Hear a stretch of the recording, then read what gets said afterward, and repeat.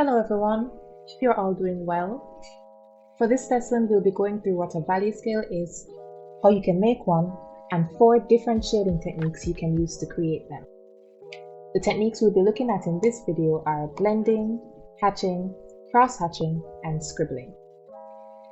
Now first things first, what is a value scale?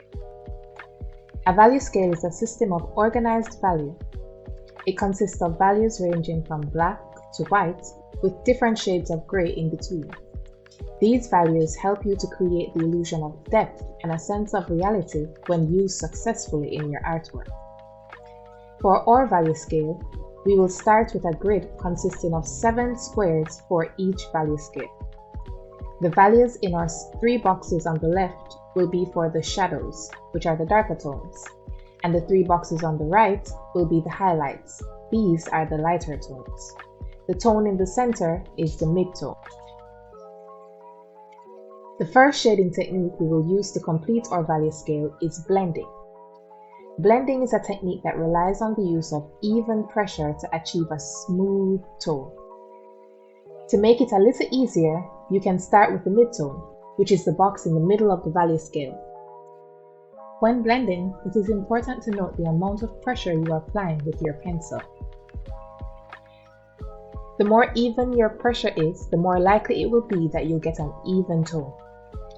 The best way I've found to ensure you achieve an even tone is to gently rest the pencil on the paper and shade lightly using small circles while moving the pencil around the area you want to shade. Be mindful though, the more you shade in one area is the darker that spot will be.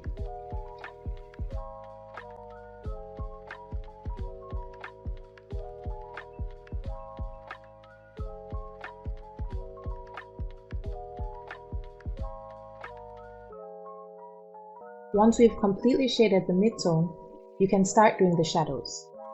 Moving to the box immediately on the left, we will start the process again, only this time making it slightly darker than the previous. Continue doing this until you have completed all the shadows.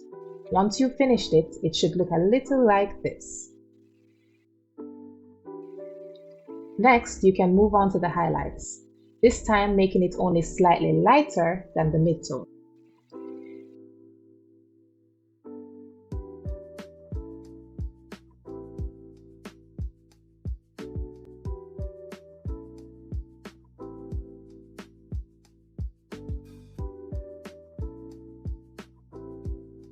Feel free to go back over any areas that seem uneven or smooth out any areas that dramatically jump from one tone to the next.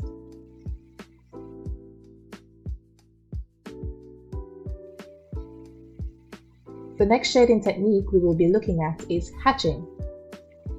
Hatching is a shading technique that consists of groups of parallel lines. These lines can be horizontal, diagonal, vertical, any direction you'd like, as long as the direction is uniformed throughout the entire shaded area. I am using diagonal lines to do my hatching. With hatching, it is important to pay attention to the amount of lines and the closeness of the lines being used. The closer the lines are, the darker it will be. The further away the lines are, the lighter it will be. I find that squinting or even crossing my eyes while looking at the work every now and again helps me to ensure that the tone isn't the same or dramatically darker or lighter than the previous tone I did.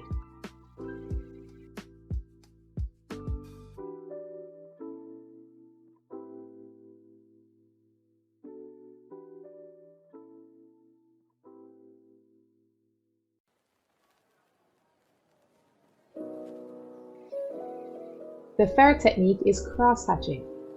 This is like a soup-top hatching. You start by creating a set of parallel lines in any direction, and then add a second layer of lines on top in a perpendicular way. I find this technique to be the fastest, mainly due to the fact that you are using 2 sets of lines, so you are able to go darker much easier than with any other technique. The principle is the same as with the hatching. The closer the lines are, the darker the tone will be, and the lines that are more spaced out will appear a lot lighter.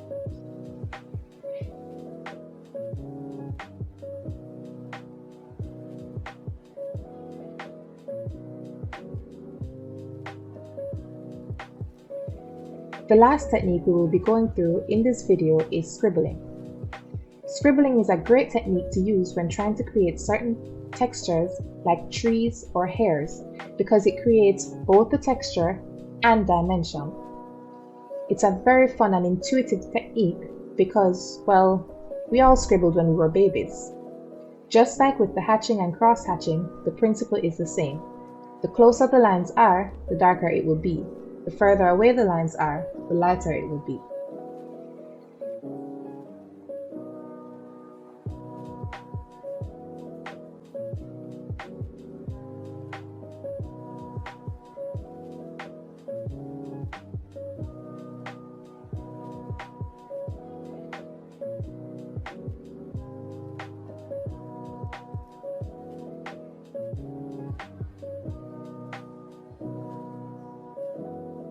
Now that you have the knowledge, it's time to demonstrate it.